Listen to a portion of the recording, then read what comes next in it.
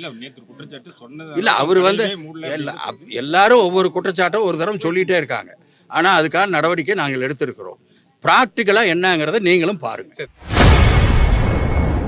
திமுக ஆட்சிக்கு வந்தால் டாஸ்மாக் மூடப்படும் என எம்பி கனிமொழி கூறியது குறித்து செய்தியாளர் எழுப்பிய கேள்விக்கு அமைச்சர் முத்துசாமி பதிலளித்துள்ளார். மதுபான ஆலைகள் அனைத்துமே திமுக காரங்க தான் நடத்திட்டு இருக்காங்க. அதே மாதிரி கனிமொழி தேர்தல் சமயத்தில் மதுபான கடைகளை மூடுவன்னு சொல்லி சொன்னாங்க. ஆனா அவங்க சொன்னபடி எந்த கடையும் மூடல. மதுபான கடைகள் 500 கடைகள் நாங்கள் மூடி இருக்கிறோம்.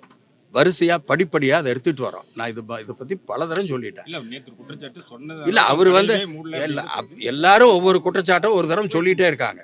ஆனா அதுக்கான நடவடிக்கை நாங்கள் எடுத்திருக்கிறோம். பிராக்டிகலா என்னங்கிறத நீங்களும் பாருங்க. தாவேகா தலைவர் விஜய் அவர்கள் இன்னைக்கு கூட்ட நெரிசல்ல சிக்கி இறந்த குடும்பத்தினர்லாம் சந்திக்க இருக்காரு.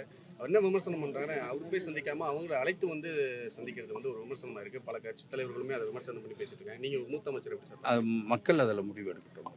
இல்ல சார், ஜாதிவாரி ஜனங்க மதுபான ஆலைகள் திமுக காரங்க தான் இல்லைங்க. அதெல்லாம் அந்த காலத்துல ஏதாச்சும் இருக்கிறதே நாங்க இப்போ என்ன நான் போய் கணக்கு எடுக்கட்டும்.